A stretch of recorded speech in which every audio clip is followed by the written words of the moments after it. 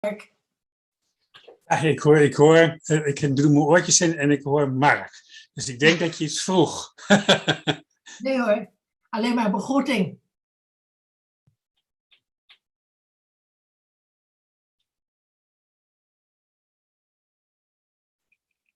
Hij is weer weg. Hallo Ellen. Hi Nina. Hey. How are you? Fine. Yeah, okay. Good.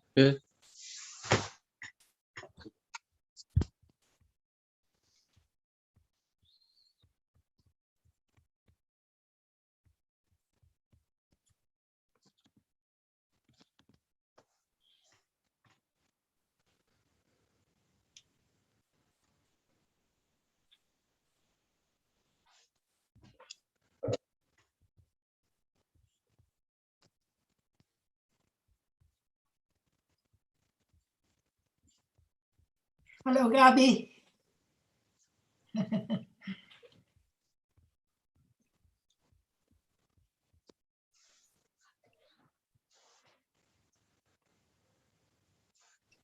Gabi, you are muted. Gabi, you are muted.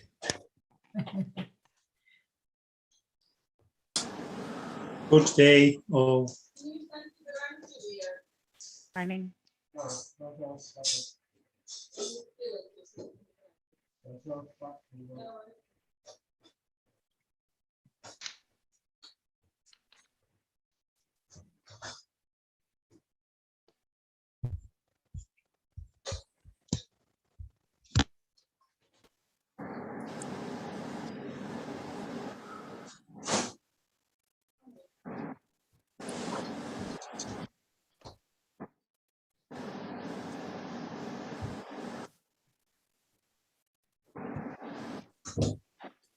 สวัสดีค่ะทุกคนค่ะ สวัสดีค่ะอาจารย์ Hello, everyone. Hello Sam. Hello. Hello, Hi, everyone. Mark. Everyone. Hi.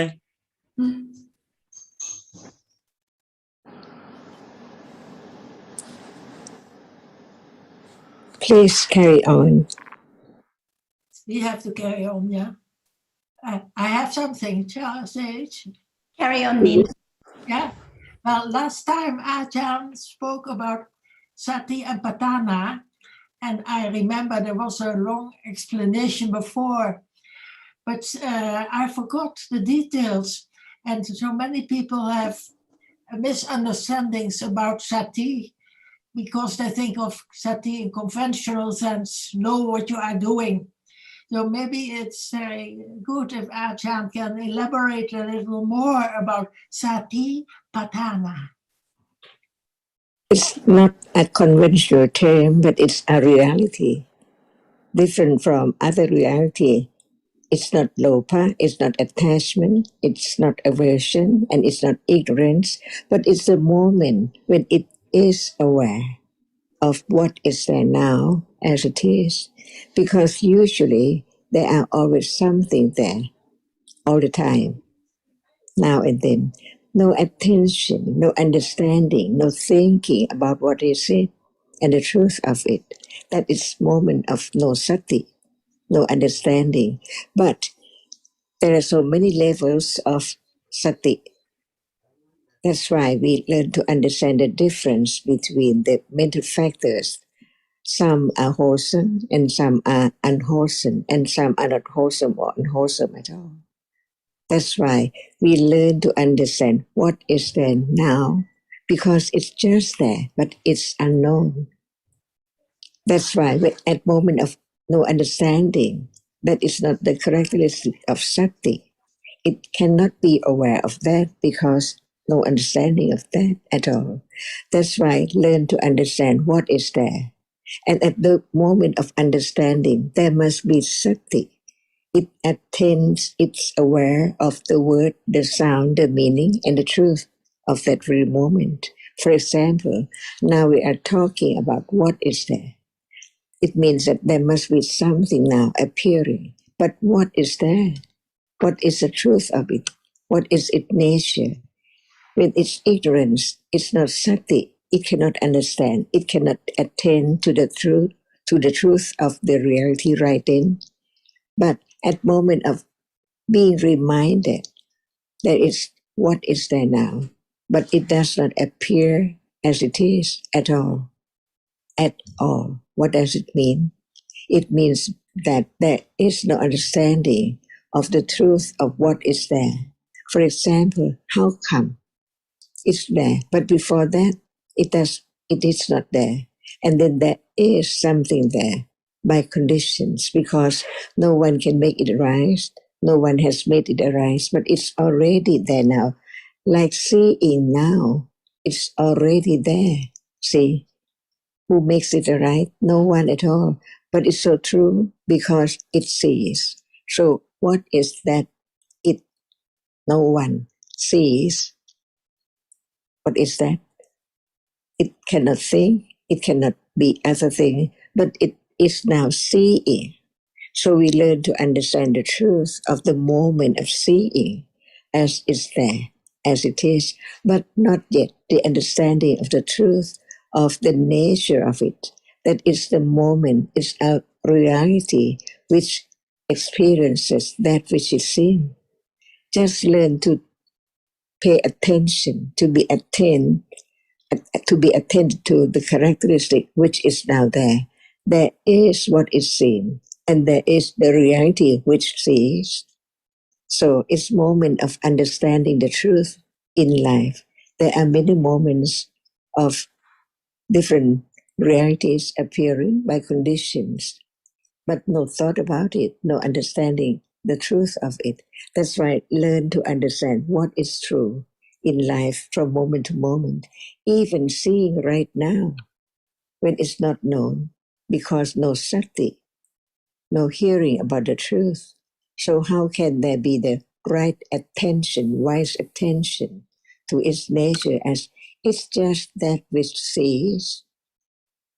It is only that which sees.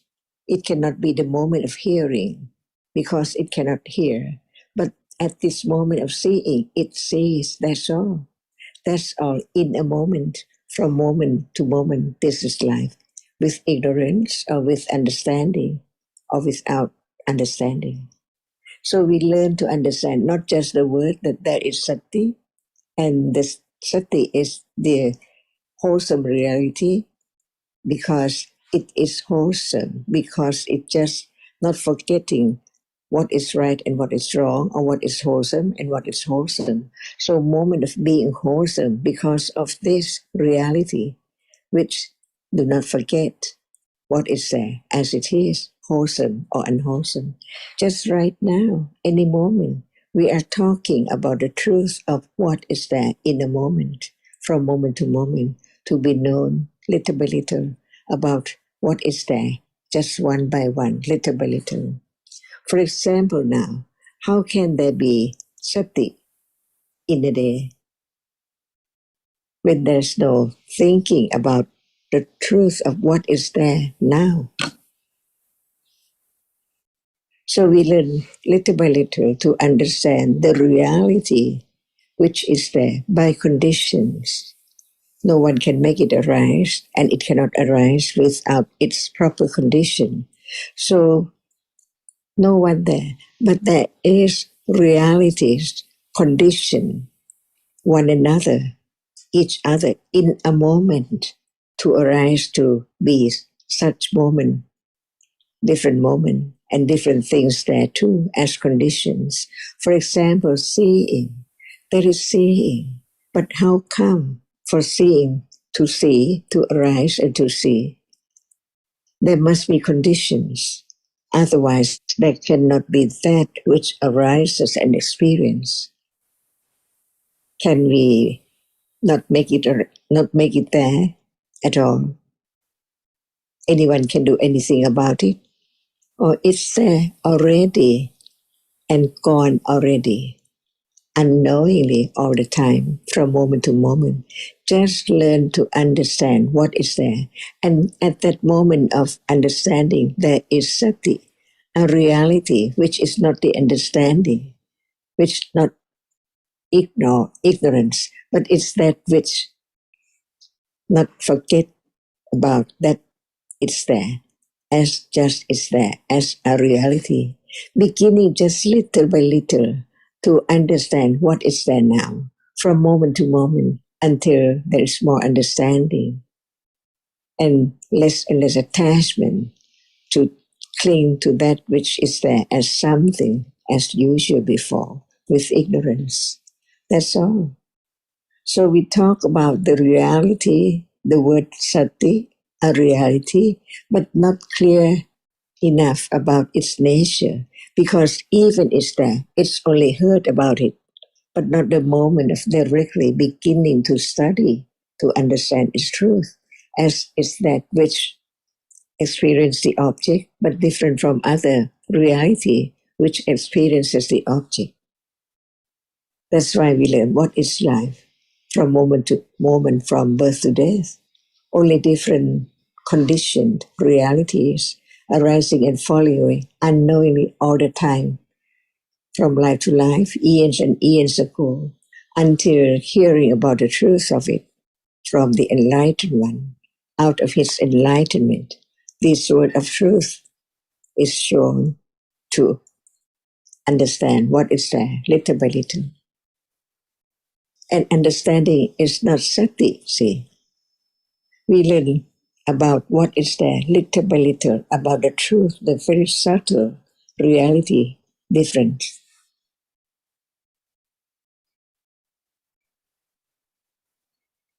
Even sati is subtle, different from other reality. It's not right understanding, see. And it can arise by conditions with or without right understanding, but it's wholesome because it's that which remembers the truth of what is there as wholesome or unwholesome, just that, but not yet understand the absolute truth of no one there at all, even right now. Just listen and listen and listen and understand what is there as a self, little by little, until the moment of directly understanding of what is there now, not just hearing about it, not just considering about it, but what is there, just one reality as it is right now. So very short and very subtle.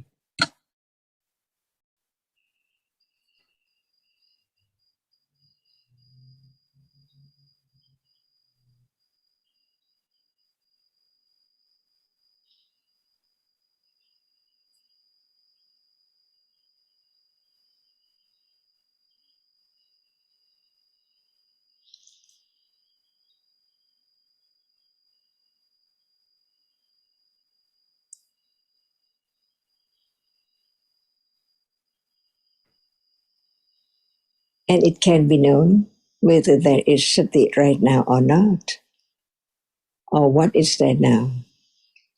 No understanding or understanding or thinking, which is not seeing. Each moment can be known little by little from hearing and considering about the truth of whatever is there now as it is, little by little. So what is there now? Ignorance. See, that's why the beginning of understanding what is meant by ignorance. No understanding of the truth of what is there now.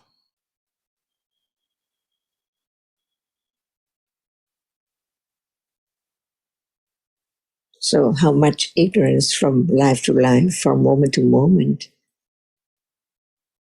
to be learned, to be understood, to be truth, to be so true to the truth, little by little. Otherwise, what is there now cannot appear as the object, even it's there. But ignorance covers up the truth. And not just ignorance, also attachment to what is there unknowingly. See how much ignorance from moment to moment.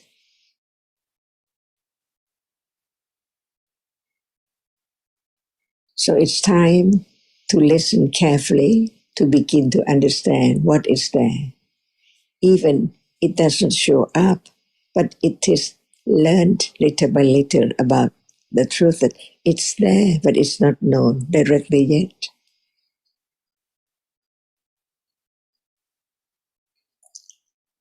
Even what is ignorance? Even there is ignorance right now, but ignorance cannot understand ignorance, what is there as ignorance.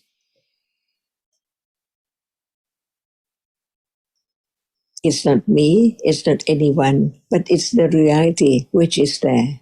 Experience an object without understanding the truth of that object.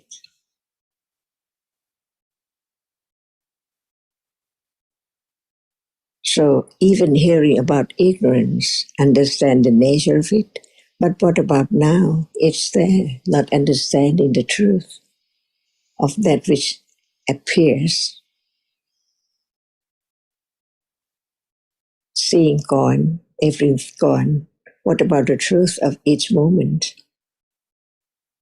Seeing is not thinking, and seeing is not ignorance, and seeing is not attachment, see?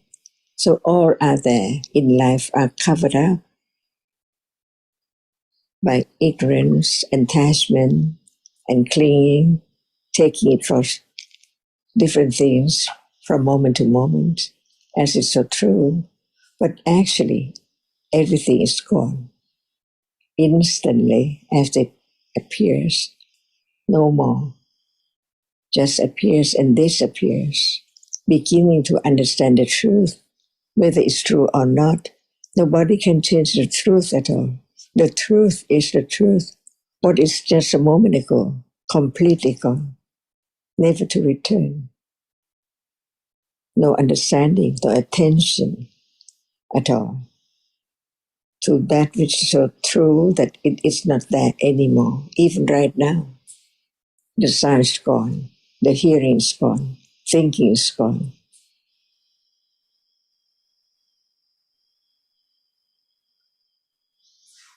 Anatta and sunyata is the truth of what is there now.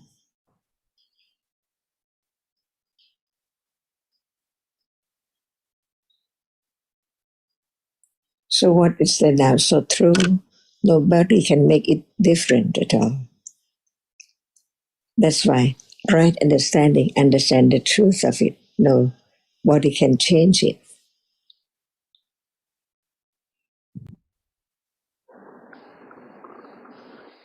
It's gone. What is there now? It's gone.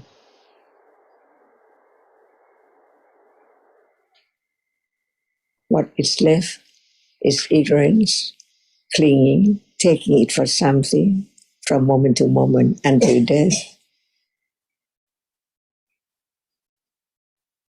Just a moment of death, not permanent death at all. Just a moment. And then the next moment is not death, it's birth again. Just like now.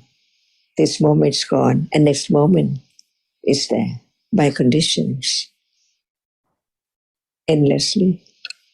As long as there are conditions for what is there now, it has a reason by conditions.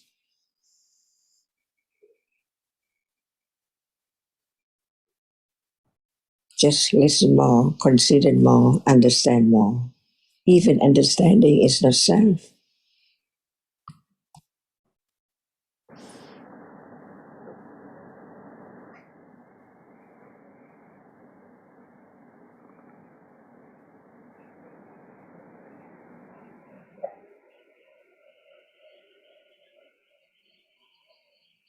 Never the same one at all, no matter what.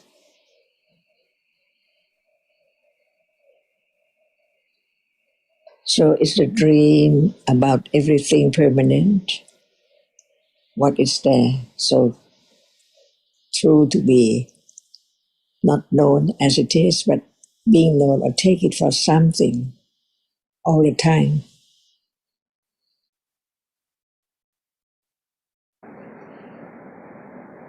Even right now, It's just as it said about from the teaching of the enlightenment. Out of his enlightenment, everything shows up little by little. Even it's there. It's not known as it is, because not hearing, not considering at all about what is there as it is.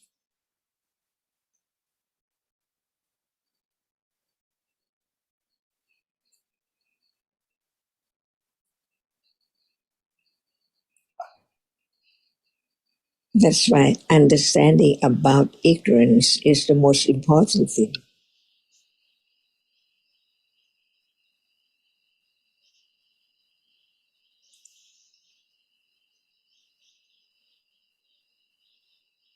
It's the beginning of ignorance of what? So true.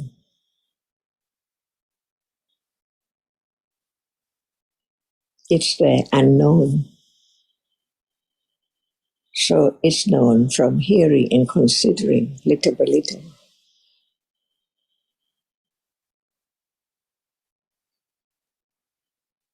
That's why just listen and understanding and sati is there and then gone. Develops, accumulated on and on by Pakatupa, Nisriya Pajya, as it is, the way it is.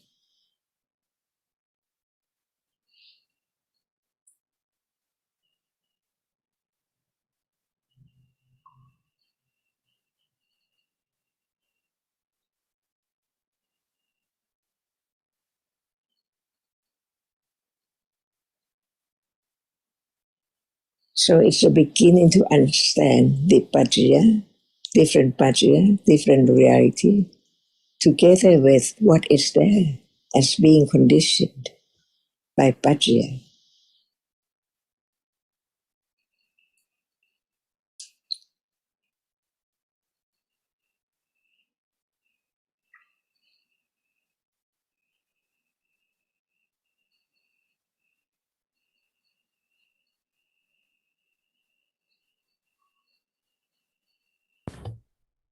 And as we've discussed many times when talking about satipatthana, it can refer to the development of sati with right understanding of reality. And also the patthana can refer to the object, the basis of sati and understanding. So if there is no understanding of the realities that can be directly known, it's impossible for understanding to develop, which will lead to the development of satipatthana, the direct awareness and understanding of dhammas, of realities in daily life. So it's very easy for people to think that they are being aware of this and that. But if there's no understanding that seeing is real, different from visible object that's real, then, and quite different from the idea of person or something that's seen, then it's impossible for understanding to develop to condition that level of satipatthana. And it can also refer to the path, the way that has been followed by those that have understood the truth. So without the development of satipatthana, it's impossible for anyone to become enlightened. So it's a way that has been followed by the Aryan disciples. But from the beginning, there has to be the wise consideration of the realities of the truths in daily life. Audio. We hear about all the time the truth, but for most people, it's not so clear what is the truth. I think that's because there hasn't been any considering or enough considering about what life really is at this moment. Usually it's so common, everyone thinks I can be aware of moving my hand, or I can be aware of getting dressed or walking, for example. But this is not the understanding of the truth at this moment. The truth at this moment is that there is no hand in reality. There is no walking in reality. What is seen is just visible object. What is touched is just hardness or motion or temperature. And the main point is that there are just the realities which experience and the realities which don't experience anything. No person, no self, no one who can develop awareness. No thing, no person that there can be awareness of.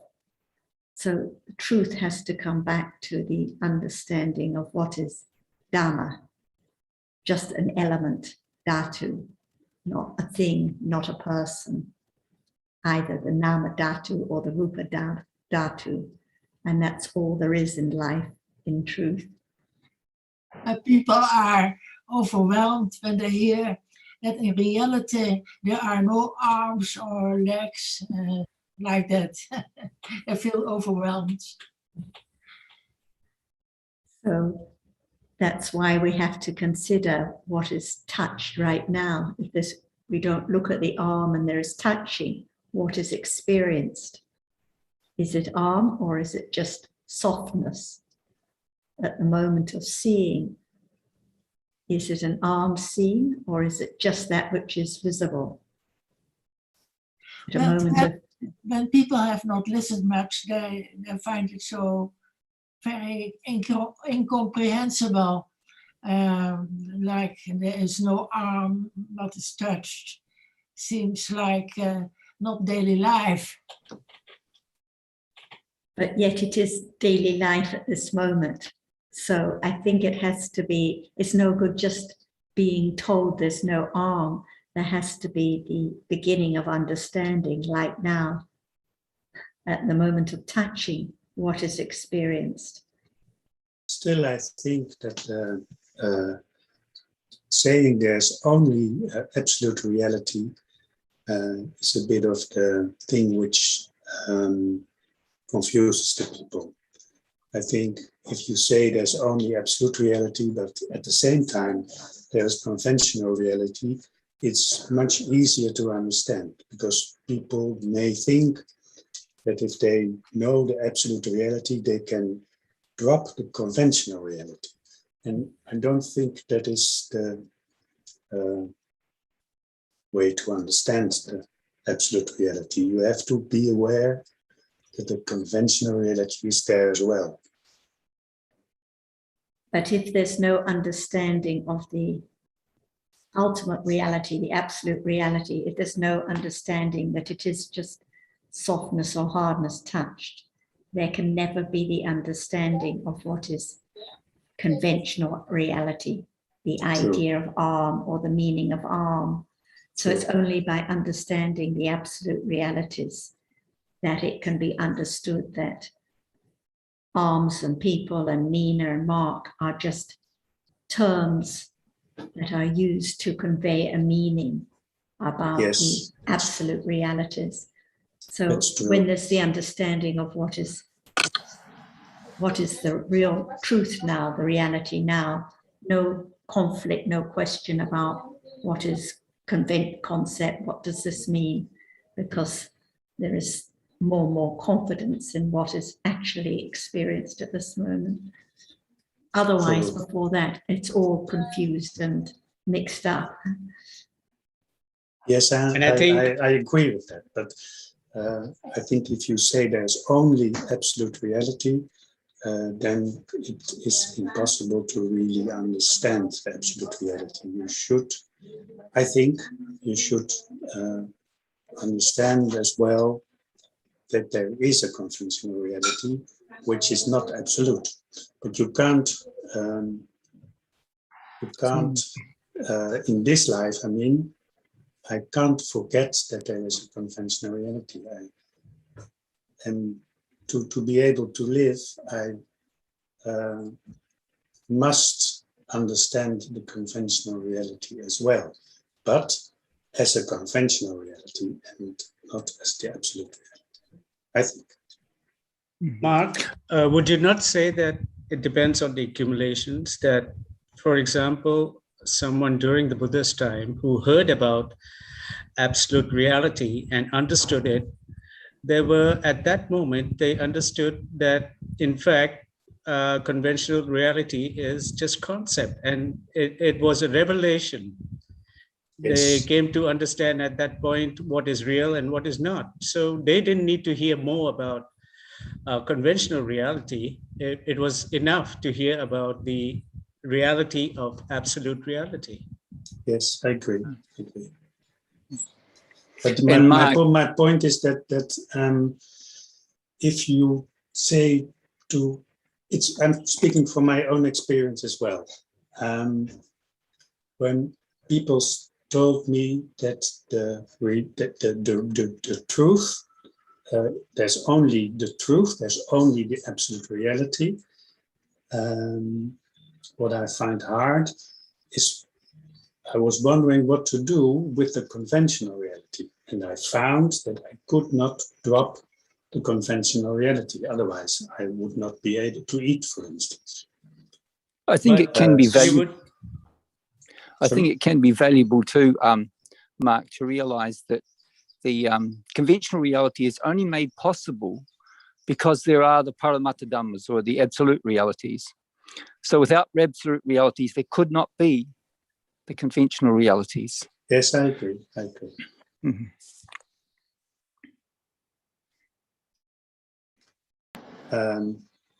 So what I was trying to explain is that if you tell people that there is only absolute reality, they get confused because they do experience conventional reality and they don't know what to do with this conventional reality. So if you tell them that the conventional reality is there as well, and it is to be understood together with absolute reality, it is less confusing, I think. It seems to me that that is just more confusion. If you say at the same time that you need to understand that there are only absolute realities, and then you also say that one should understand conventional realities, that's like it's a contradiction.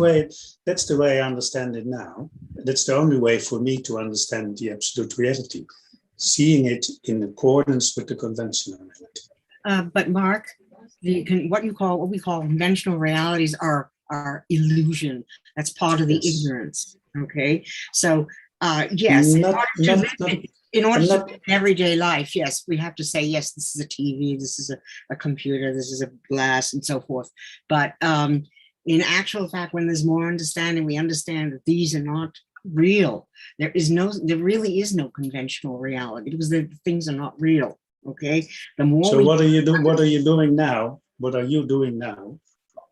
Okay, there's no me doing anything now. Right. Why are you responding? Because of ignorance, we think there's a Betty here doing everything, or there's a Mark there doing something, and it's not. That's the whole process of understanding that. Do you not think that you are responding, that Betty is responding to a question Mark asked? Is that not what you think? Okay.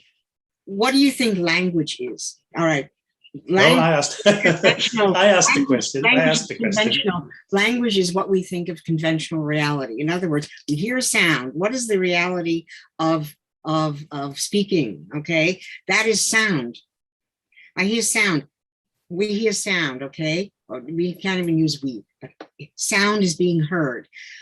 And the conventional reality of that is through memory and feeling, we remember, this sound has this meaning. We attach a meaning to it. That is conventional reality.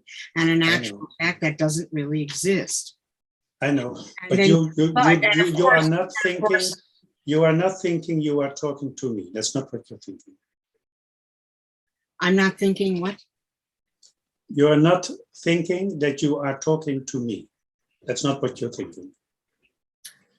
In conventional sense, yes, I'm talking to you.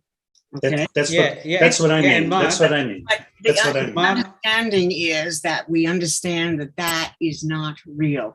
Of Yes. course, True. the Buddha could not teach anybody either if there were no if people didn't listen and interpret with conventional reality. Okay. That's my point. That's my point. That's my point. That's your point. Yeah, but at the same time, there is the understanding that this interpreting, let's say, of language is merely a convention. It's not the absolute reality of that. True, true. I agree. But if we think of conventional reality, in the Buddha's time, and also now, we learn about people who lost their children by death. And then we have to consider what the Buddha answered them. Right. In that case, go to a house and go to a house and get a mustard seed from the house where there nobody died.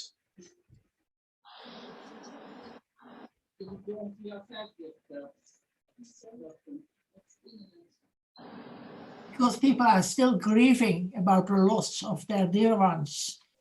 So we have to think of what did the Buddha answer? He answered that everything, whatever arises, falls away, is impermanent. And then he meant each moment, not in just in a general sense, but from moment to moment. And then people seem to find consolation in his words. Yes, I would too.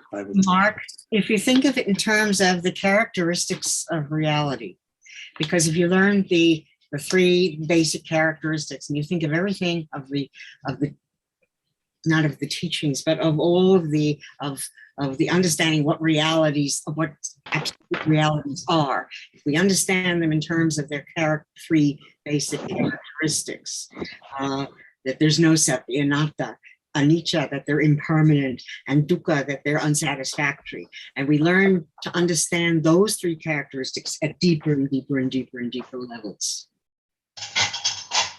Yes. So that helps you to, that's understanding that, in thinking of it in terms like that, that helps you to understanding it at deeper and deeper levels. Yes, I agree. I agree.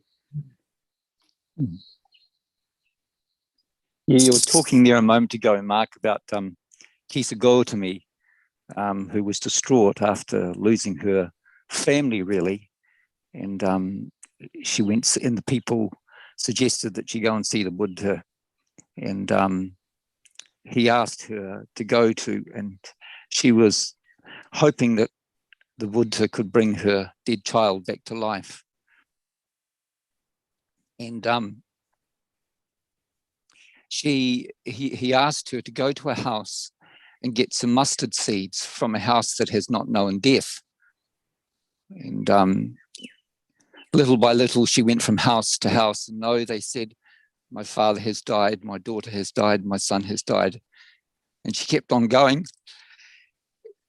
and going and going and trying many different places until she realized that I think she went, from my understanding, she went a long time, probably the whole day, I suspect, because she was desperate to bring her child back to life. And the Buddha had sort of said that, go and bring me some mustard seeds from a house that hasn't known death, and I may be able to help you.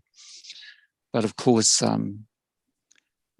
she did not find a house that has not known death. And like you were talking before about conventional realities, that the Buddha he used those conventional ways that we agree upon. That's what samuti satya means, sammuti. Sammuti means the convention, that's the agreed way of speaking. And little by little, she realized that death is very, very common. And it's everywhere, it's all the time, and everybody's known about it. So she went back to see the Buddha eventually. And when she had calmed down and realized that death is everywhere, as we know it is in terms of Dhamma, because there is conventional death, but as Ajahn always reminds us, there's death at every moment. And we mostly get captured by the conventional world, the conventional death that is all about us also. But there's the momentary death, what's they called kanika death. Kanika just means temporary, momentary death. Kanika marana. So that's always every moment. That's what Tanajana is usually reminding us about, that the realities are, it's another way of saying that realities are impermanent all the time. They're fading away. And they were the last words of the Buddha too, really, to Vaya Dhamma Sankara, that all Dhammas are perish. They will perish from moment to moment. And that was the truth that Kisa Gautami realized too. She had obviously a lot of attachment and for her family, a lot of love for her family, as we conventionally say, but she also realized the deeper truth. And it was through that, deeper truth that she realized for herself, conventionally speaking. But, as we agree, we have to use conventional language, a way of conveying the deeper truth. There's no other way. But as has been talked about today, it's so easy to misunderstand that conventional truth that the Buddha spoke about and to have wrong ideas about it.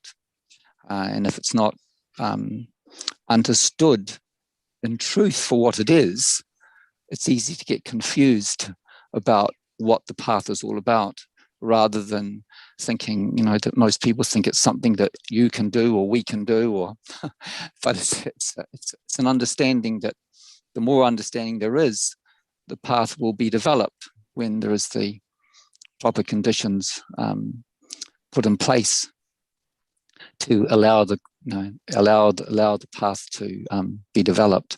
And that requires, as we know, a lot of patience. And people like Kisa Gautami obviously must have developed the path, over many, many lifetimes in the past, to enable her to, to have that level of wisdom that she did have after speaking to the Buddha. Yes, I think it took some time. Yes, you're right. Yes, you're right. Of course, you're right. Yes, but she was virtually didn't have much clothes on. She was, very, very much beside herself, very, very upset. But you're right. She became a bhikkhuni, and little by little, in that lifetime. When we talk about quickly, we're talking about that lifetime. But you're right. It was later on in that life that she realized the teachings, realized the Dhamma. Yes. I would. Sorry, about the mustard seed is one way of explaining, but I think we need many ways, not only about the mustard seed. And yesterday, I read a letter which was also addressed to Ajahn about a woman who lost her son. And I think it's helpful if Ajahn could elaborate also what we would say to her to console her, because there are many different ways. So what's the best way? Thinking about this event a lot in the past and even just then. What about no more? No matter how much she thought about her son or whatever has been experienced, but what about the truth? The truth is that what can she do now in order to understand the truth? Because actually, after the son's death, no more son for her anymore. Never at all from then on, because no body to be born as to be the same son at all. See? Just finish everything. So it's only just the idea of clinging to I and mine all the time. But what is the truth? That's why we just talk about so many words, about the words of truth, of what is there. But the moment of understanding has to be moment of understanding what is there now. And when we talk about sati, it's the moment not forget that it's there to be known as it is. As long as it's not known as it is, it's not what we use the word satipatthana or right understanding of this or that at all. So the understanding of this moment as it is, where is the sun or where am I? See? And what is true? Should it be known as it is? Because it's so true for any moment in the past, present, and future. What about this moment? It's not there anymore. And this is the truth. As long as there is still I, there must be some people and things all around all the time. But what is the absolute truth that should be implanted? Because so true that no one at all. And it's so true because what is there now? No one sees, no one there, and what is seen is not anyone at all. And the moment of seeing is gone, and what is there after it? Conditioned reality, different one, not the same as the actual moment, just gone at all. So where's the sun and where is her? Not anything at all. Only that which is conditioned, and there's ignorance, and take it for something and someone all the time from life to life, not just only this life.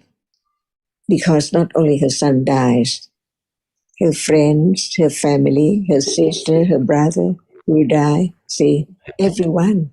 Because actually, it's the way Dhamma is, not permanent. It's there only by conditions to make it arise. Just make it arise, and then no more condition, so it falls away. The truth is so true. Even sorrow is there. It's true. Grief is there. It's true. But it's no one. Only a moment. What about moment of eating, seeing, walking? What about the sorrow? Is it still there? Or not more? Or sometimes it's there by conditions, not at will at all. No matter you'd like it to arise again or not have it to arise again, depending on conditions. So what is there can be known now, just now. So as long as it's not known now, it's something, subject of talking about the characteristic, the way it is, but not yet the understanding the truth of it, which is there just for very shortly and then gone. See, that's why it's quite difficult, so subtle, to understand the truth in order to let go ignorance and clinging. But it's there. Everyone cries. Everyone has sorrow, not only her, everyone. See, because of ignorance. So it's just so natural. Not this moment. It cannot last. It's just there very shortly and then gone. It's this very moment, so very short and no more. Is it true? That's why to understand the truth, it has to begin with understanding what is there now. Is there her son now? Is there what she takes from me? It's only seeing and it's gone. It's only thinking and it's gone. By conditions. That's why just learn to understand the absolute truth. The truth is so true that nobody can change. It is the Ariya Satya, absolute truth for, it doesn't mean that for anyone, but it's truth of it as it is, no one and no thing. Who can condition whatever is there now? And what is there now? And what is there now? From moment to moment, no one there at all. So where's one's son, where's one's friend, and where's oneself? It's only the idea at moment of thinking and taking it for. That which experiences cannot be other person. It has to be me now, see.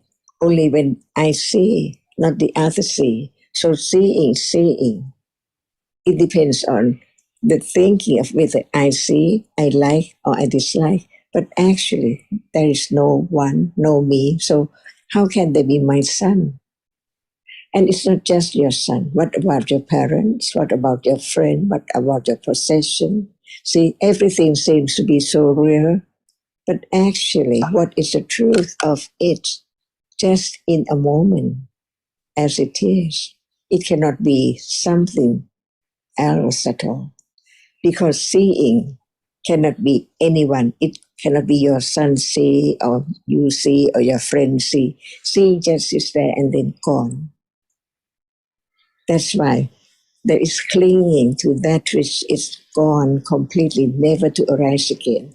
Not only what you take for your son, but everything, even what you take for me from head to toe. Actually, where is it when it's not experienced?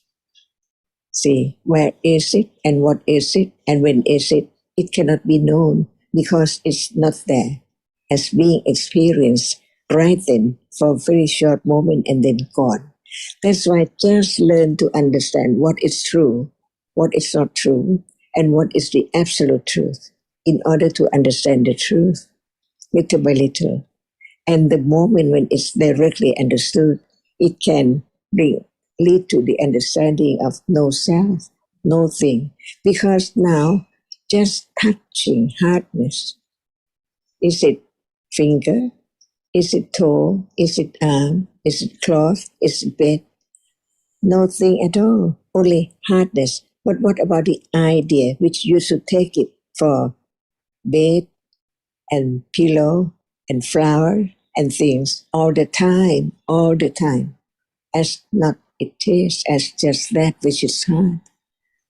And it's there at moment when it's touched, and no more after that, never to arise again.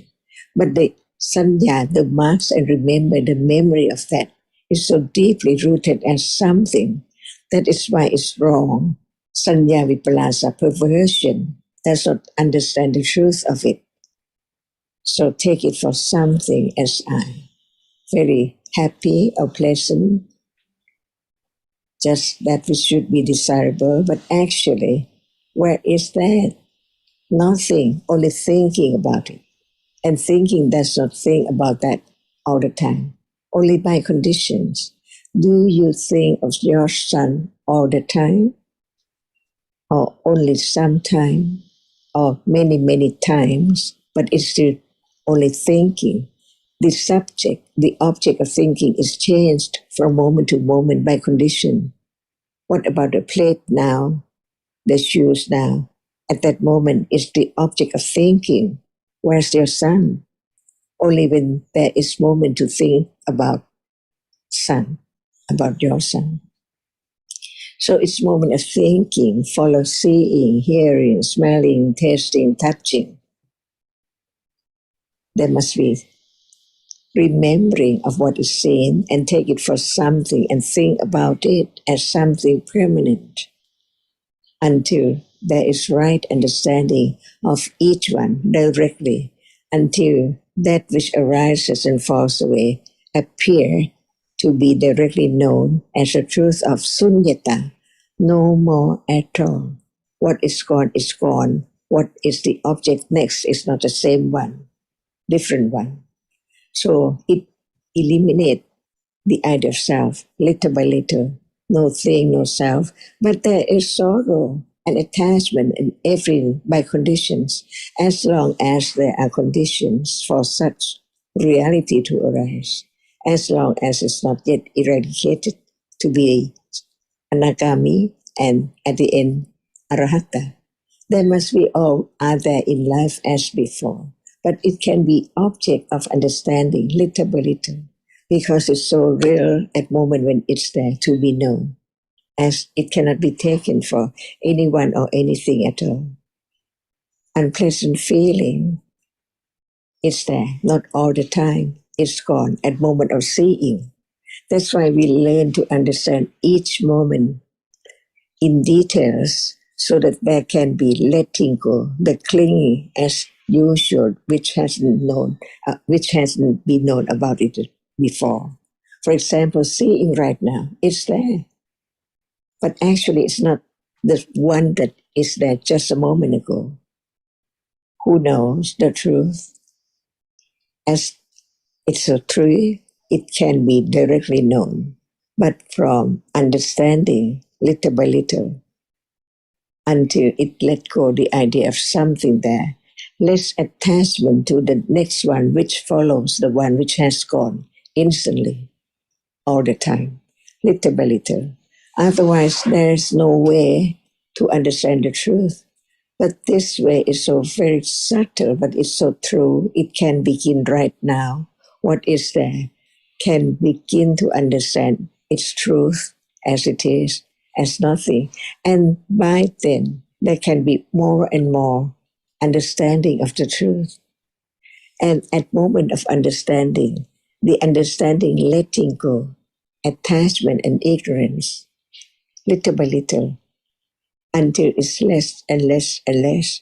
So there can be the understanding of what is there now as it is, which hasn't been known before. Directly at this moment. So there's no doubt about sati and satipatthana, because it's just that which is the unknown to be known little by little, not just to be known, to understand it at moment when it's there experienced. And it can be directly experienced because even now it is experienced by ignorance, not understanding, but from hearing and considering and begin to understand the truth, there can be more and more letting go ignorance and begin to know that the moment of directly understand it is the result, is the reality which is conditioned by hearing again and again and again. Because if there is no hearing about it more, there must be thinking about other things, which is accumulated as pakatupa, so natural habits, because experience it again and again, again. So how can there be the other thinking of the other thing? Because that is experienced more than the other. That's why listening, considering more, can condition moment of beginning to understand that this level of understanding at level of intellectual understanding, that is not just only intellectual, but it's directly understand that which is hard. It's hard. It cannot be changed. It's moment of experiencing hardness, and the experiencing cannot experience other thing when it experiences hardness. Just at that very moment and then gone. And this is the truth of life. That's why the truth is now here and can be studied and can develop to the degree that it understands more what is meant by this moment, what is the truth of this moment, what is there as a self at this very moment, little by little. All are there now, and it can be known, not by intention or attachment or desire, but from hearing about the truth of it, to know whether what is heard is true or not, how true it is at this moment, that it's just that which sees. At moment of seeing, there's no other thing at all. No sun, see. So the way to understand the truth of no one, it has to be the understanding of what is there now. From hearing, considering, to the moment of begin to have attention to the truth, and what has been learned is there, developed little by little to be directly understanding at moment of direct awareness of this very object right now. I think your words can give great consolation, but it depends also on the public, on the people who hear, who have different accommodations. Like the woman who wrote the letter yesterday, she thinks of her sorrow all the time, and she will be surprised to understand that it is her own clinging to what is no more that is the cause of her very great sorrow. And I think you also say little by little. So it means one has to hear it again and again before the truth can dawn upon her. What is there at moment of being sorry, Clinging. grief, unpleasant feeling? It's so true, it's there, but it's gone, unknown. So the truth is the truth. When it's there, no one can change it to be different. But when it's gone, no one can make it come back or arise again.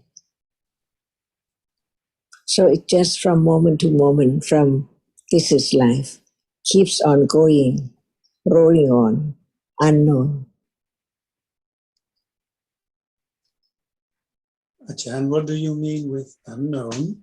You say it's there, and then it's gone, and you say We should unknown. know now that it's not there. I'm sorry, I didn't understand. I didn't hear. Okay, there is seeing right now. Who knows that it's not there anymore at moment of hearing? No one.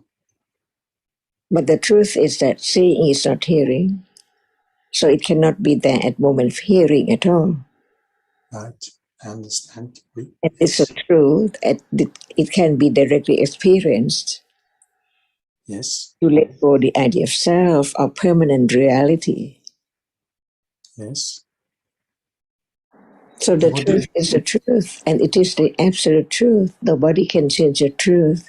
Be true to the truth, to understand the truth as it is.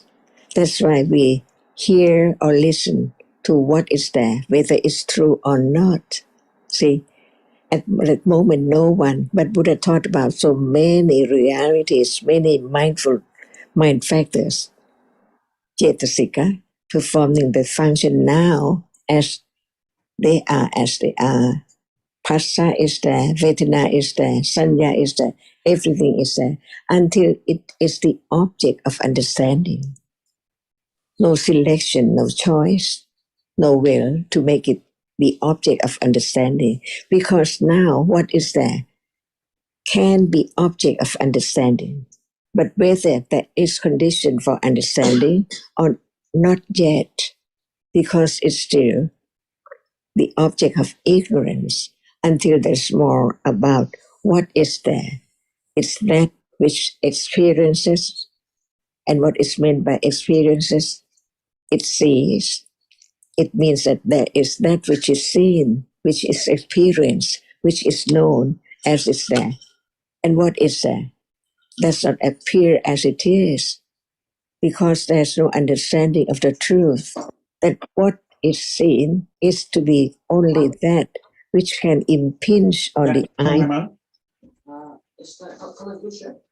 Yeah. Sorry. So Talking to my son, I'm sorry. So right now, what is the truth of seeing? Where is it? What does it see? If without understanding, without hearing and considering, can anyone know that what is seen is not as it is? Because what is seen, just seen, is only that which impinges on the eyebase. Very subtle and then gone instantly. Otherwise, there cannot be hearing and thinking, just follow and take it for so many things around as soon as one opens one's eyes. So this is the way Dhamma is, the rapidity of the arising and falling away. No one knows, only what appears as not it is as something all the time. That's why out of his enlightenment, Buddha taught about the absolute truth, which can be heard, studied, considered, and begin to understand what is true. Life, what is it? Without that which experiences, is there any life? So what is life is Chivitindriya Cetasika. See, he pointed out about what is there. So very subtle about each reality. Even Phassa is there now. Who knows? But There can be the understanding that there must be Phassa, Cetasika, and so on, little by little, to let go the idea of I see at that moment, because seeing cannot be I. It's only that which arises and is the chief of experience, the object, as clear as other reality which experiences cannot experience it as clear as that reality, which is the chief of just arise to experience only. That's its function. And there are other mental factors arising together, experience the same object, but not as clear as what we say, citta, the chief of experiencing the characteristic of that which now appear. But since citta experience is so clear and it arises with citta, so it performs its function as it is conditioned to be such particular reality. For example, sanya marks and remembers. Who knows? It's this moment and every moment. Whenever there is moment of experiencing, what is their experiences, what is their marks and remembers, what is there. So there is memory of what is there now. From life to life, eons and eons is there. So just understand the nature of that which experience that is so real. It's there by conditions. And it has its own characteristic, different ones. That's why Buddha taught about citta and cetasika. Cittanupassana satipatthana and Dhammanupassana satipatthana. Kayanupassana satipatthana, Vedananupassana satipatthana, and so on. It means that what is there now can be object of understanding directly when there are conditions enough for the moment of understanding it at different levels. From the first one, without the intellectual understanding, no condition to understand hardness, which is now appearing. The nature of it cannot be anything at all. And it's only hardness. And even it seems like it's there, but in truth, it arises and falls away. So what appears is only the sign, the mark of that which is hard. Everything. So very short, very subtle.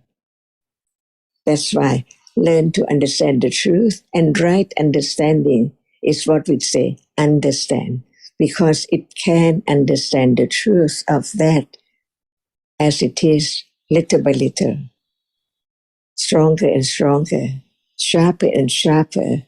That's why it depends on the development of right understanding.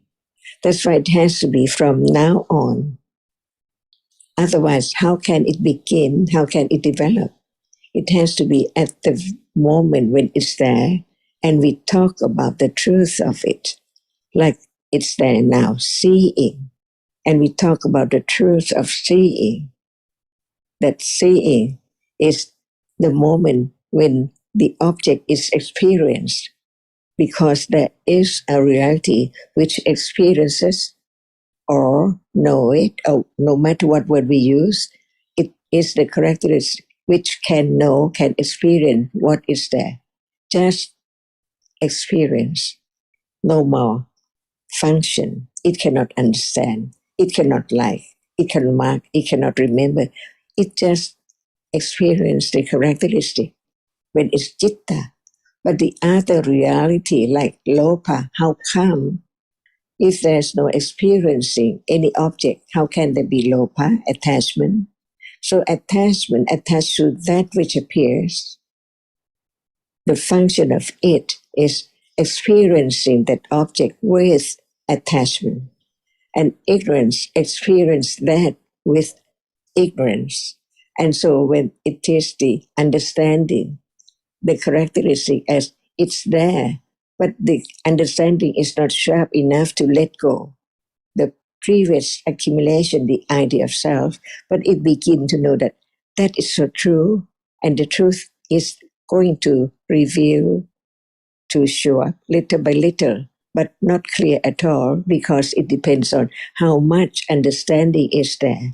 For those who have accumulated understanding enough to understand that very moment, there can be letting go, so the other object can appear as the object right then. That's why it's not just one object now, in truth, arising and falling away, different ones all the time, depending on what is the one which is object of awareness with direct understanding of it, from hearing and considering to understand. Even it's there now, not different from now, just exactly the same. So all depends on understanding of the truth of that, how much is there. So, Satya Parami, to be truthful to the truth. Otherwise, there cannot be understanding of the truth because it's not true to the truth. All are dhammas, different dhammas, we learn to understand what is meant by dhamma. Even we don't use the word, but it's there. A reality is there. Who can change? At moment of seeing, there is what is there seen. At moment of hearing, what is there heard? So true to the truth. So hearing cannot be seeing. Even it is that which is the chief of experiencing, but it's different by the object and by other conditions too. That's why there are so many different cittas. No one there at all. From moment of birth to death, and then on and on again and again, depending on conditions, whether it's right understanding or no understanding at all, or wrong understanding.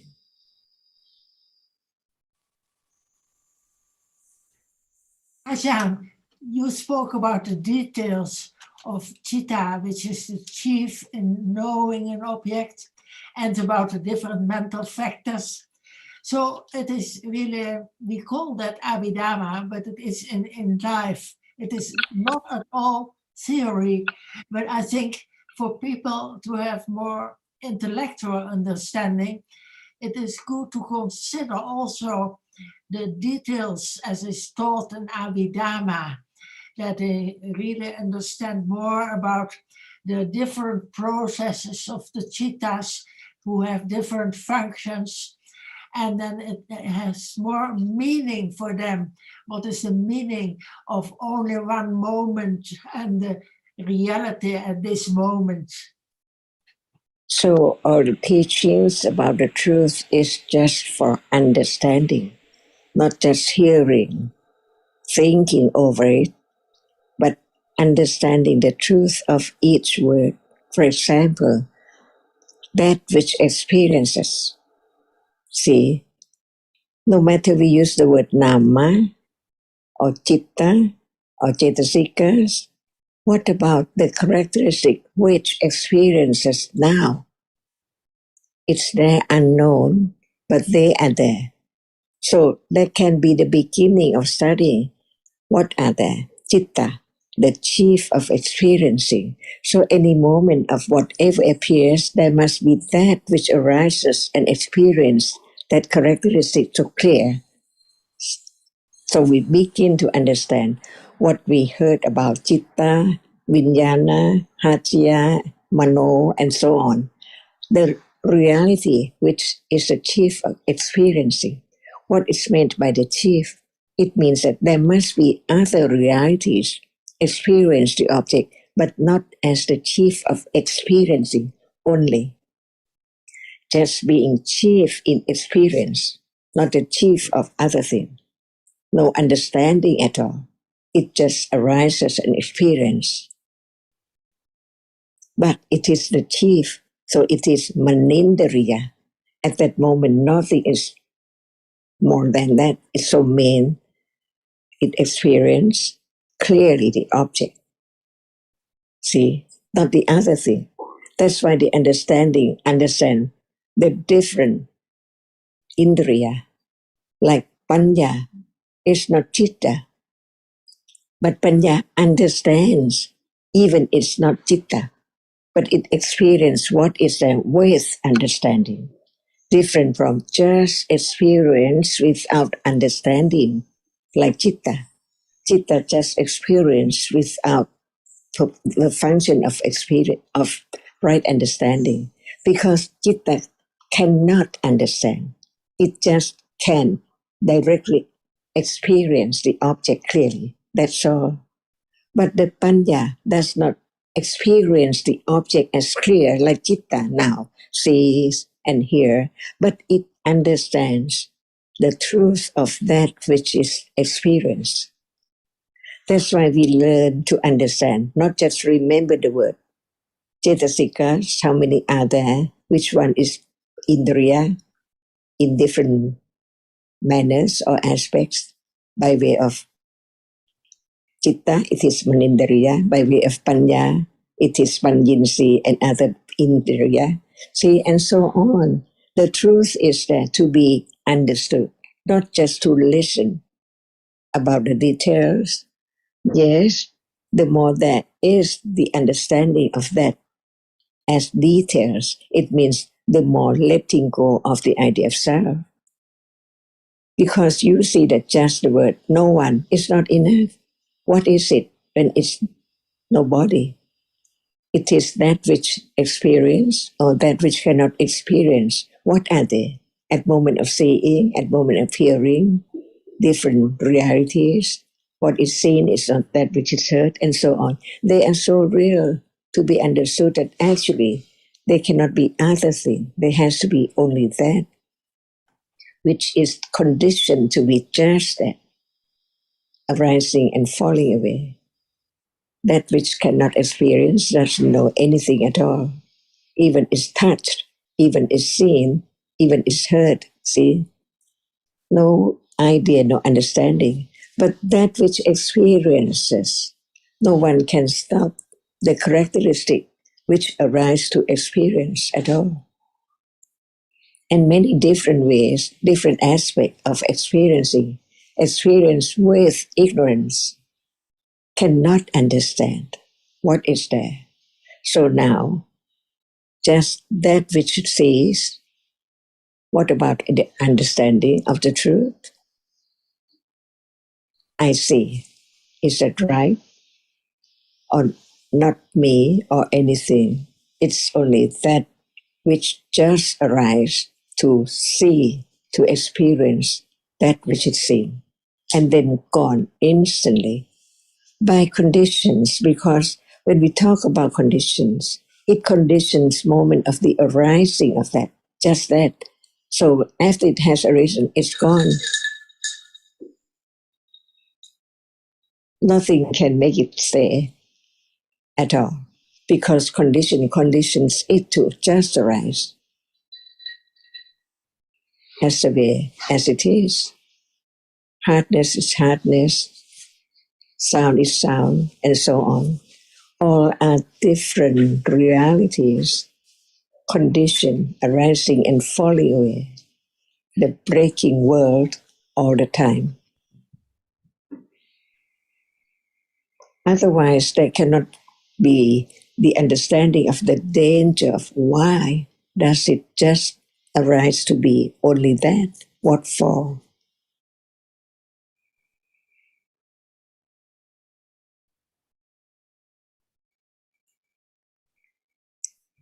Even we are talking about the arising and falling away now, it doesn't sound like it's so very dangerous because it does not appear as it is. So it doesn't matter hearing about the arising and falling away. But what about moment when it appears as it is? Quite different. The danger of that cannot be permanent, cannot be there at all, just very shortly and then gone. What for? Never to arise again. On and on and on, non-stop. Endlessly, as long as there are conditions for whatever arises, it has to arise. So it's now this moment No one can do anything. There are conditions for what is there. So the question about what will be when there is the understanding of the conditions and no one. As before, as there is no understanding of the truth of it, there are conditions for what is there, on and on and on.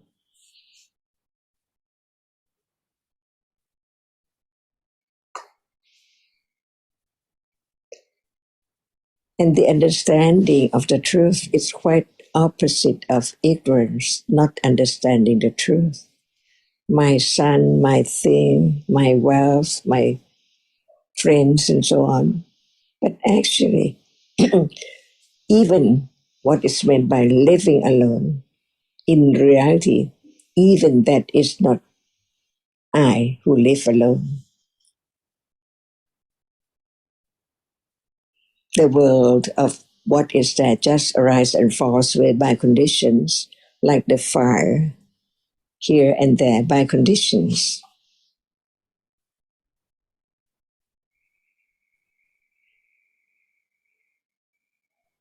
And then gone. So what's the use of arising and being taken for something where it's nothing, to be taken as real, as permanent? It's there very shortly and then gone. And this is so true, the absolute truth that can be directly experienced. Otherwise, it's useless just hearing about what, which cannot be known. But now it can be known because it's this moment. And this is the way to begin to get closer to understand what is there now. No matter hardness, sound, feeling, or whatever is there. Past without understanding. When there's no awareness, no understanding of that directly.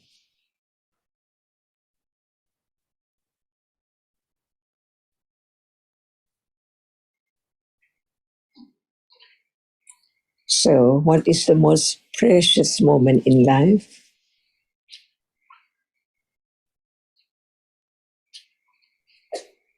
To live blindly as before, or begin to understand, no matter what is there, now or in the future.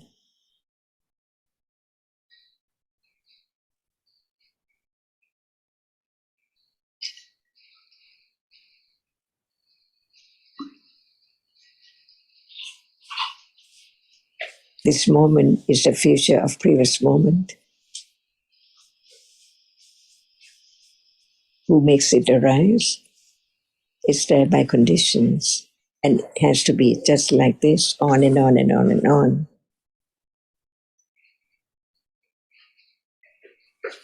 Unexpectedly, what would be next moment?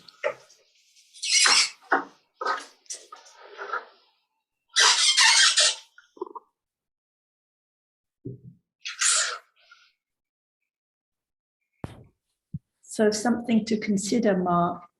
If there's no thinking about your son now, or your son coming into the room now, is there a son?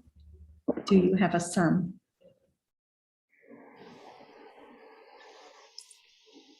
Absolute reality, I don't have a son.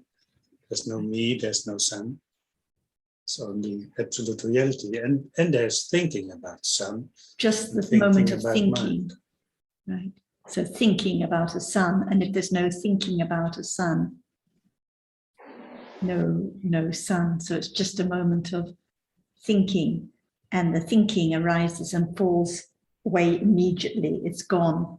So by the time there's clinging to the what is thought about, or what has been seen, or what has been heard, it's already gone. So there's always clinging to what is actually already gone completely. And that's the truth of life at this moment. just moments of seeing and hearing and thinking, each one gone instantly. In moments of sorrow, in moments of sorrow when losing a son. Right. Great sorrow because of the clinging so much to the idea of my son, someone, and to my pleasant feeling, which is gone. The thinking is gone, the feeling is gone, whatever arises is gone. And the sorrow also is gone instantly at each moment. So it seems that it, like we had breakfast with a friend who recently lost her husband, and it seems that one's sad all day, every day. But actually, it's just for a moment and then gone. At moments of seeing and hearing or thinking about something different, there's no sorrow. So it's just whatever arises is just for a moment and then gone. The absolute reality. Carry on, Nina. No, I was thinking of the woman who lost her son and wrote a letter yesterday, Tommy, you know, and that would help her too. When there's no thinking of Tommy, there is no Tommy. Tommy died already, yeah, and it would help her. And the same for all of us. Like you mentioned the name, and immediately I think about the one I knew as Tommy and the sadness, and straight away thinking again and again about the story. But it's the thinking now that's real, the sadness now, but it's just for a moment and then gone instantly. The next moment she takes a bite of food or something and she thinks of the food. So that's another moment again. Right. You know, it shows that Abhidhamma, but Abhidhamma in daily life is really very helpful, all the details of the Chitta, the Cetasika, and the Rupa. And no one can control life even for a moment. No one can stop the loss of a son, the loss of everyone that is dear to one, any kind of loss, because each moment of seeing, each moment of sadness, each moment of hearing arises by its conditions and is gone. And it's the same with the moment of death, the last moment. It arises because of past karma by its own conditions and then gone, followed by the next moment, one after the other. Very important, because this is all what they call Abhidhamma, but it is really life. It's life at this moment. Yeah, because people were wondering, how can they say real life and absolute reality? Like it seems it is a contradiction, but it's no contradiction. As we always say, it takes courage and patience to appreciate the absolute truth at this moment. And hear it again and again, not just once. In the course of years, perhaps it can help.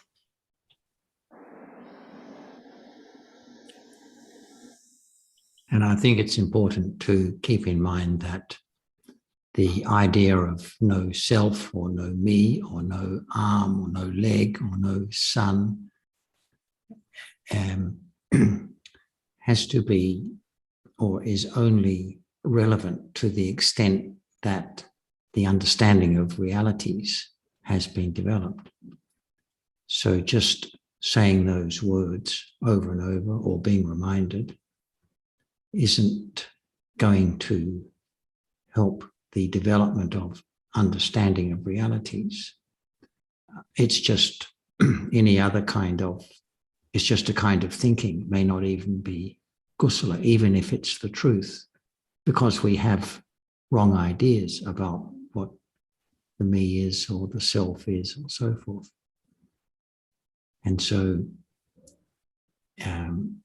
I'm mindful of Nina's comment at the beginning about finding it a little bit difficult to think about no arm or no leg. And of course, it is difficult because there isn't, for all of us, the development of understanding to the extent that that kind of reminder is understanding speaking rather than just repeating what we understand to be the theory of the teaching. And also, Nina, I always find it helpful to be clear whether the language that's being used is absolute reality or conventional reality, because conventional reality holds that there are two arms and two legs, and a person is maybe right-handed or left-handed, and there's nothing wrong with that kind of thought or conversation. It doesn't necessarily mean there is a wrong view of the way things are in truth and reality, because it is conventional expression. And even the enlightened being, the Sotapanna, will think and converse in those terms. So if we're talking absolute reality, then of course the absolute realities are just the 28 rupas and the 89 or 121 jittas and the 52 jetasikas, nothing more. And among them there's no arm or leg. But that's how it's to be understood. But conventionally, because of our habit of thinking, we will continue to think of arm and leg, and there's no reason why we shouldn't. Yeah, it's really the same as I call it by name, No Tommy, who died. It's the same. It's real in conventional sense, but for the woman who sorrows about her son, you know, it's the same idea, no Tommy or no arms and legs.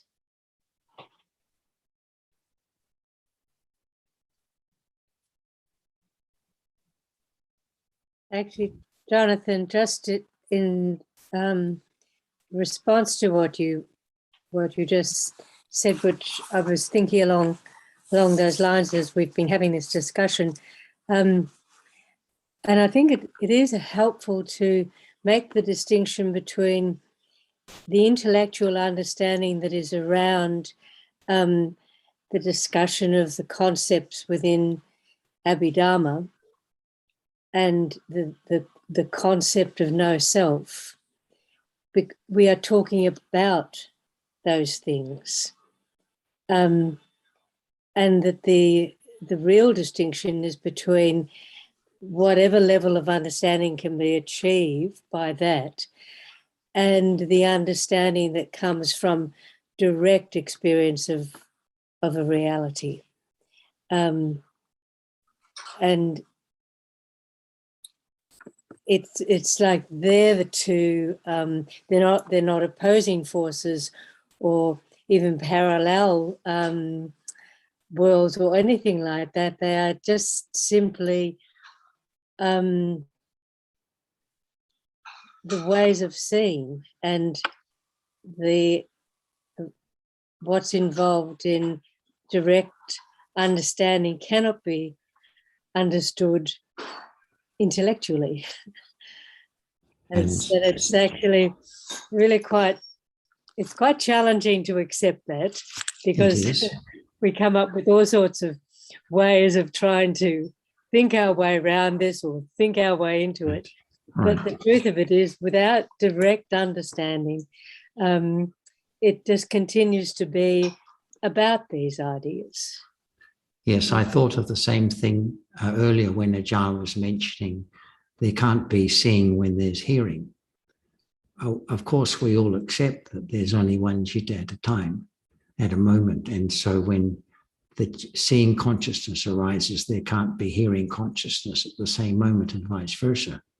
But that is just intellectual or theoretical understanding on our part. Sometimes we respond as though that's understood at some level. It can't be, because our understanding is nowhere near the level that will allow that kind of direct understanding.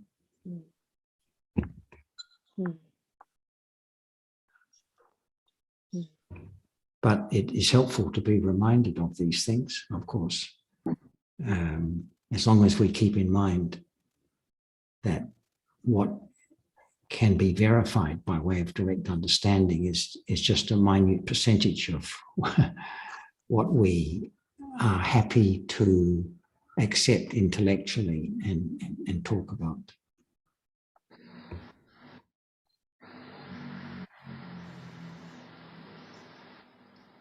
And Nina, I think that when we hear someone young or younger than, obviously younger than the parent has passed away, and it seems so tragic and so shocking. I mean, we hear many young people who pass away here because we know a lot of people, and every time it seems sad or shocking, but it's just our way of thinking. In fact, there are just different chittas that arise and fall away by their conditions. And when it's time for the last moment of this life, it's just another moment, followed by the next moment, the new life, new experiences, new family, and so on. So it's just our perception because of clinging so much to this person who was this age and so on, that it seems so tragic. But who knows where those chittas are living their life now and forgotten everything about this life and the family here, like a new adventure on a new trip. And we think we're grieving for that person, but actually it's for the loss of one's pleasant feeling, as we know. So it's really just for oneself. So all the sadness on the part of the mother is actually for oneself, thinking, obsessed with one's own feeling, playing the story again and again. So of course that sadness and sorrow is going to be there, even when there's understanding, even a lot of understanding. But it helps so much to appreciate that the real problem is just the clinging to oneself and one's loss of pleasant feeling. And each moment of clinging goes. If it's not clinging to this one, it's clinging to something else. Yes, that is the momentary death, or that was mentioned, the Kanika Marana. Each moment that goes, it's really a kind of death.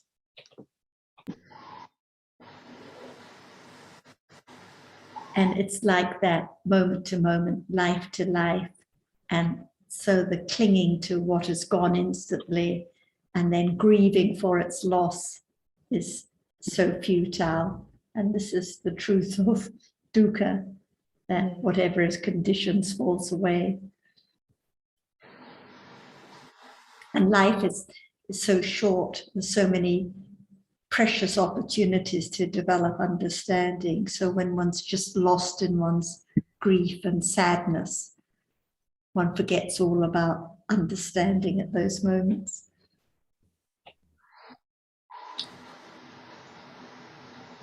It'd be so helpful if the mother would like to join us anytime.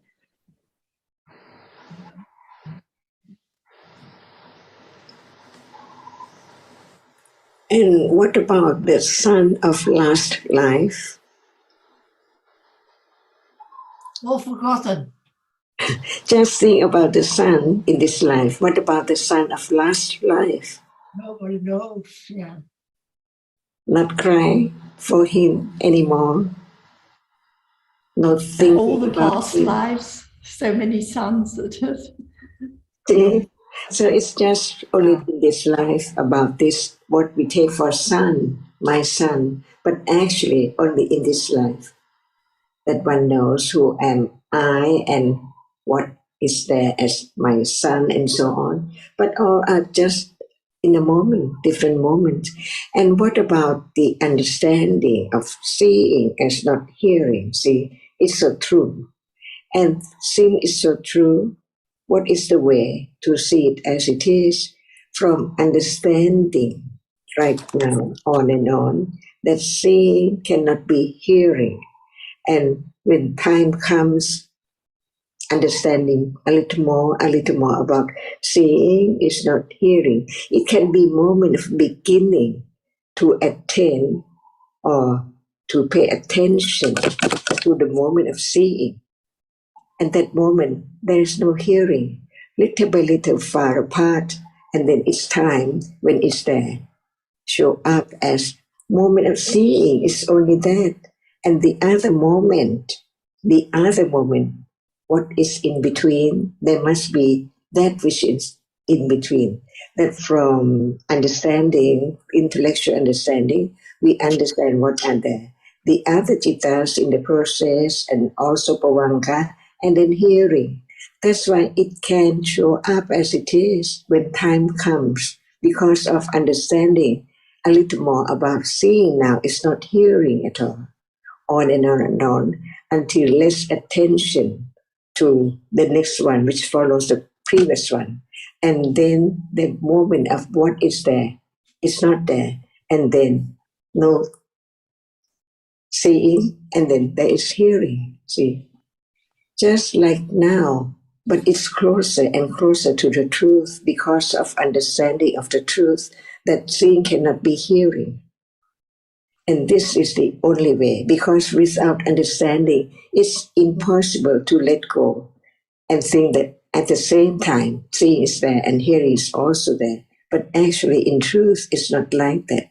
And when understanding about the truth is there, it begins to see the different moment of seeing and hearing, little by little, until it's time to appear clearly as it is, with understanding. Clearer and clearer and clearer.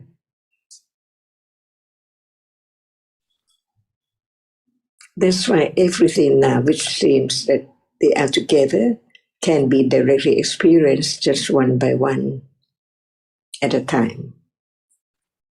Because it's so true. And only when right understanding is there enough to understand that seeing cannot be hearing at all. They cannot be together.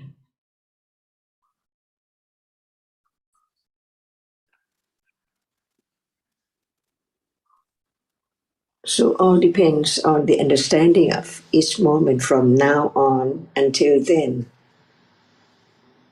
by conditions.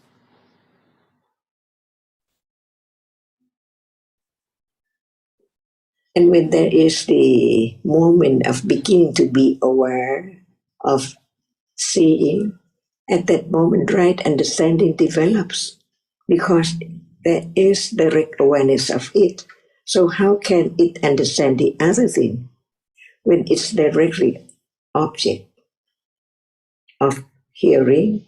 It's the moment of seeing, or what is seen cannot be there because there is the understanding better and better about hearing as just that which experiences, and what is meant by experiencing.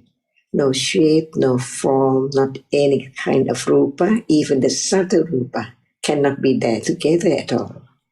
That's why, even right now, from birth up to now, and on, there must be the reality which experiences, which is not known, because the object is which is experienced is known in the day, more and more. What about this and that? On and on and on. What about that which experiences it so it appears? Until it's known, little by little, there can be moment of being aware, pay attention to that characteristic which is there, which experiences, little by little. Otherwise, there is only that which appears as the object, as something all the time. But since there must be that which experience so that the object can appear as it is, that's why the attention turns on to attend to the characteristic which experiences now, little by little.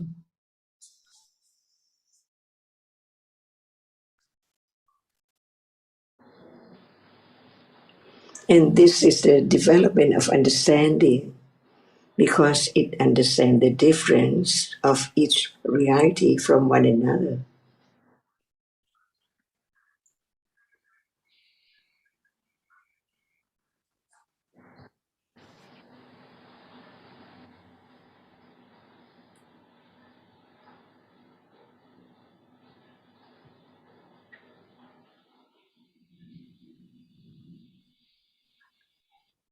That's why the path is very difficult to understand that it's a path.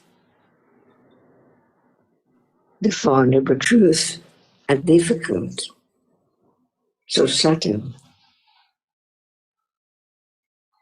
Even the two are now arising and falling away, but its subtlety cannot be known. So the way which is now developing is not known either, that it's on the way to understand the truth.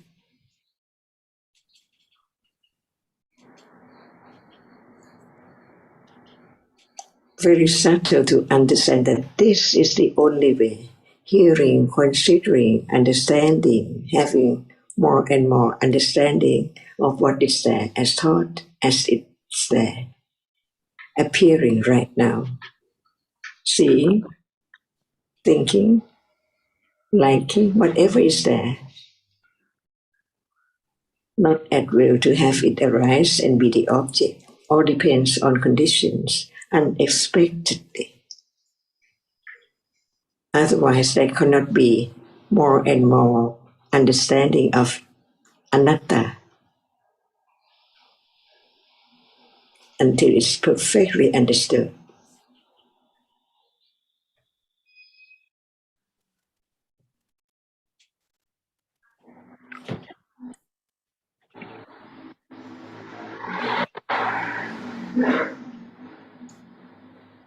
That's why the path must be sammaditthi. Without sammaditthi, it's not the right path. Leading to the understanding of what is there as it is right now. To right then, when it's there, by conditions, unexpected object, unexpected moment, unexpected reality to be known. Yeah, this is a very good example. Seeing is not hearing, and we can say, oh, everyone knows that it's not new. But when you give the example, it's very good to know what is really considering the truth. And then it's quite deep, more deep than we thought. And the truth is much more deeper.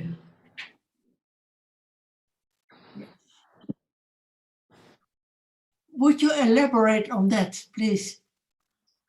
For example, we think about our reality, the experiencing, even that, when it does not show up as it experiences, how can there be imagination, thinking about it?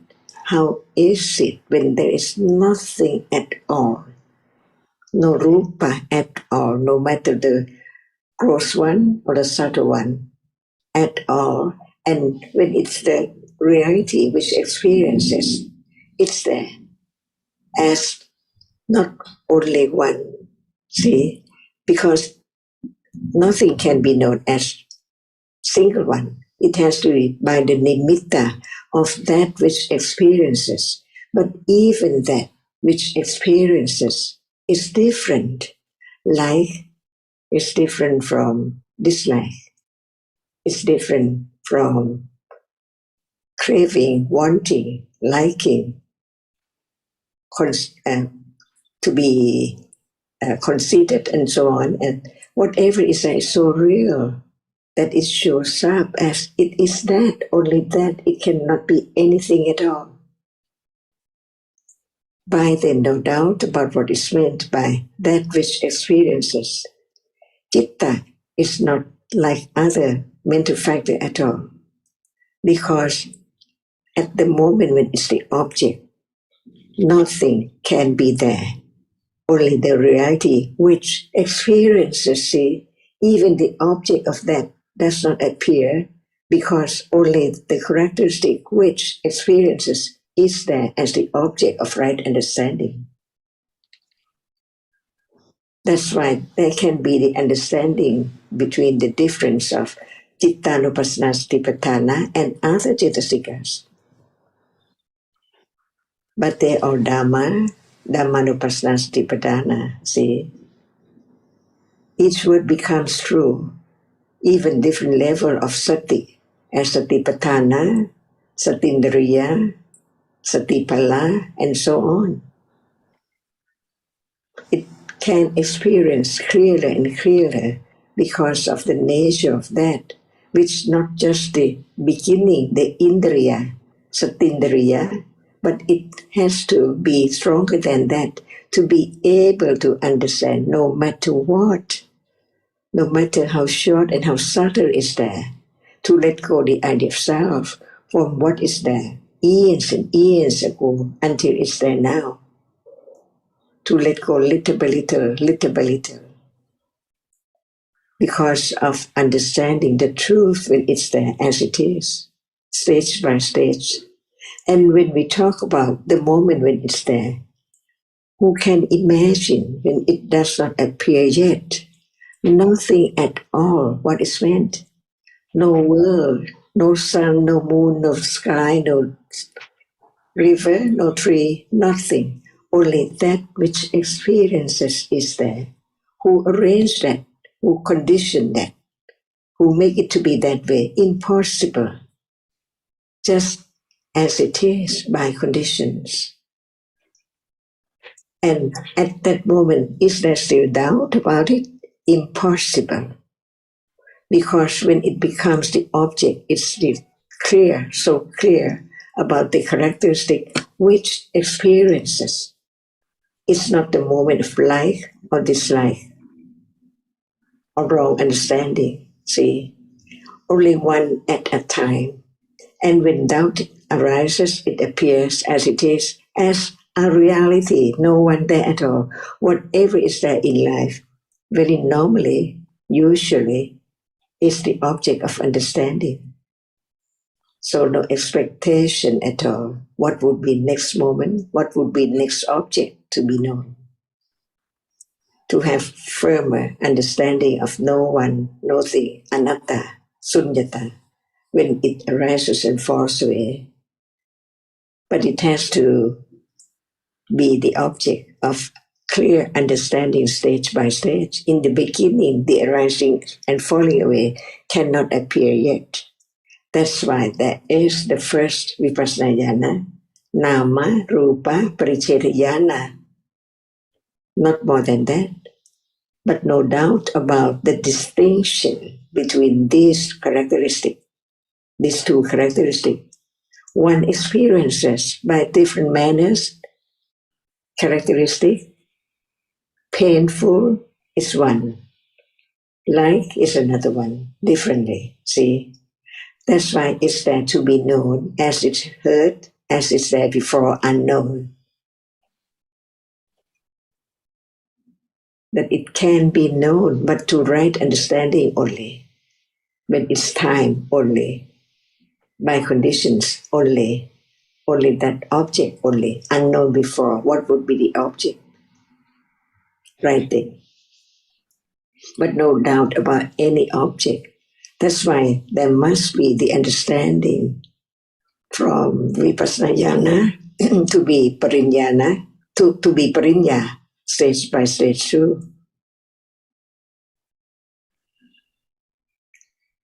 It's not just like what is seen now, because what is seen now cannot be seen just only one character or only one nimitta. Many anupayanchana and nimitta together as something which is not the nimitta of the reality, one reality at a time.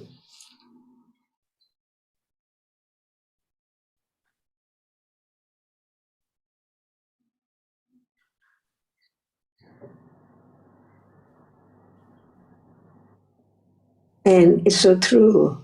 Hearing is not different from what is heard now, exactly the same. But what appears is not as clear as it is, just one reality at a time, not yet. But it is the beginning to understand the different moment with direct awareness and without direct awareness. There is hardness appearing, not direct awareness yet. So not understanding the reality of hardness as no thing at all. How can it be anything? No finger, no body at all. That's why we begin to understand what is there in the teachings of the Buddha about Kaya. See, not just one, many realities together. And when it appears, since it does not appear as it is just one by one, it is just something. But what are there together to be something can be known little by little as it just one by one there.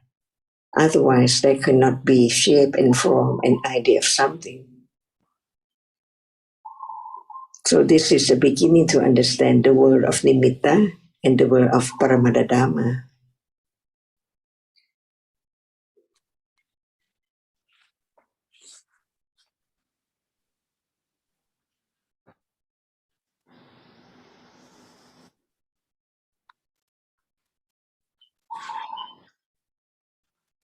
So it begins from hearing the teaching and understand that it's there now, but it's not understood clearly yet until it's studied more and more, until it is well known about its truth, until it can condition moment of direct understanding by itself, by conditions from hearing and understanding intellectually, to begin to understand directly of that which is now hard as is there. How can it be a finger? How can it be a spoon? Impossible. What is touched is only that which can be touched, impinged on the body sense, body base, only that, that's all. By conditions, even the body sense on that hardness and what is there, phassa and so on, all are there. To be known as no one make it right at all by conditions. And the truth has to be directly known one by one. So there can be the letting go of what is there as something together.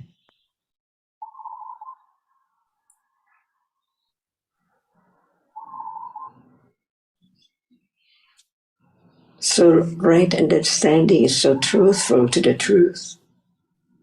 This moment, there is what is there.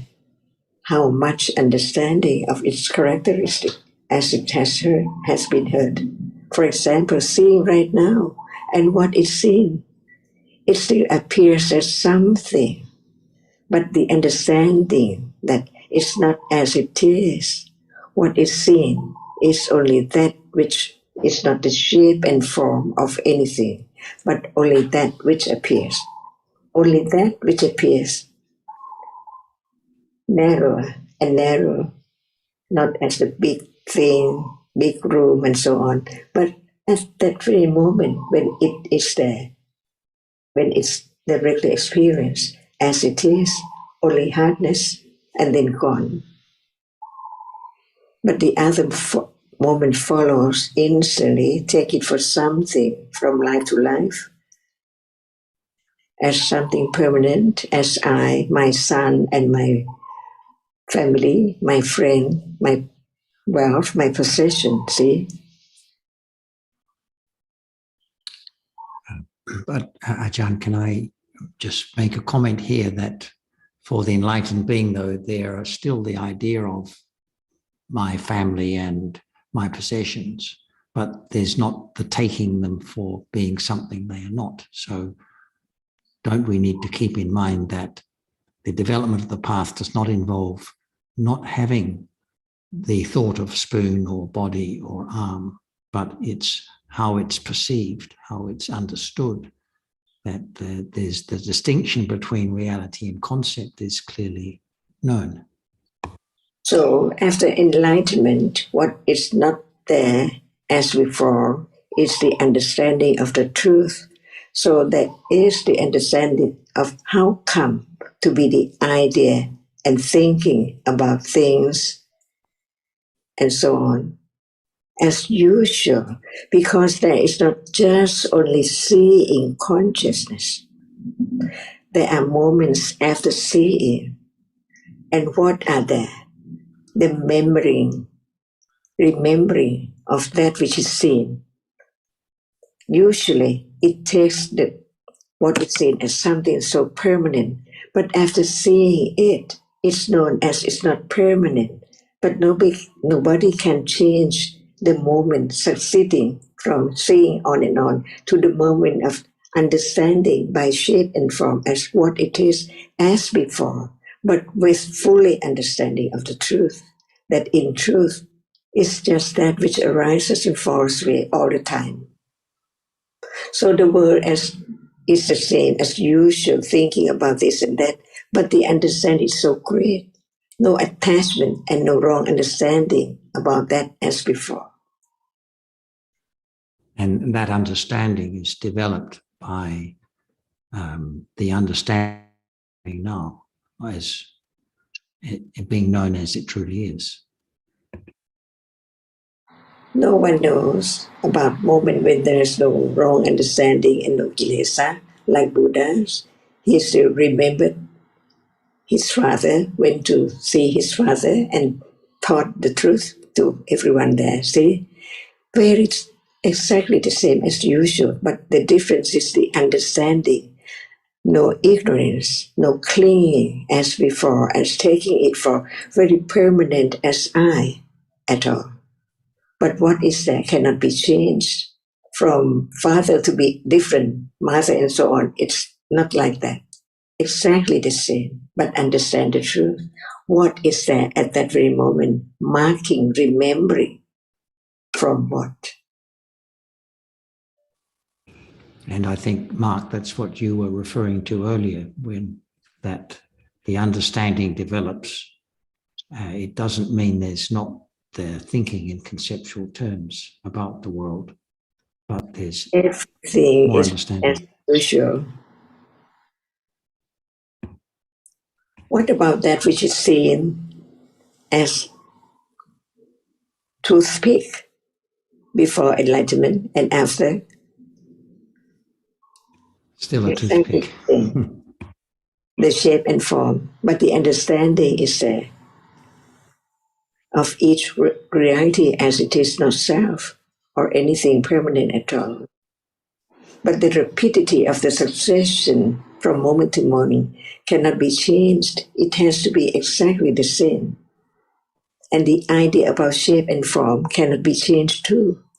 The same hearing the sound and taking for some meaning, words, different ones, as usual.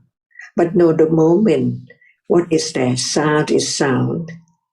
And the moment of understanding, of taking it for what is meaning, is the same. Understanding about that is the same. Talking about it as the same. But no one there. All conditioned realities cannot be changed from being Samma Sambuddho to be follower. Impossible. Understanding the truth of what is there as it is, accumulated. That's why even the followers, the Savaka, have different characteristics. Nobody tried to change the way it is.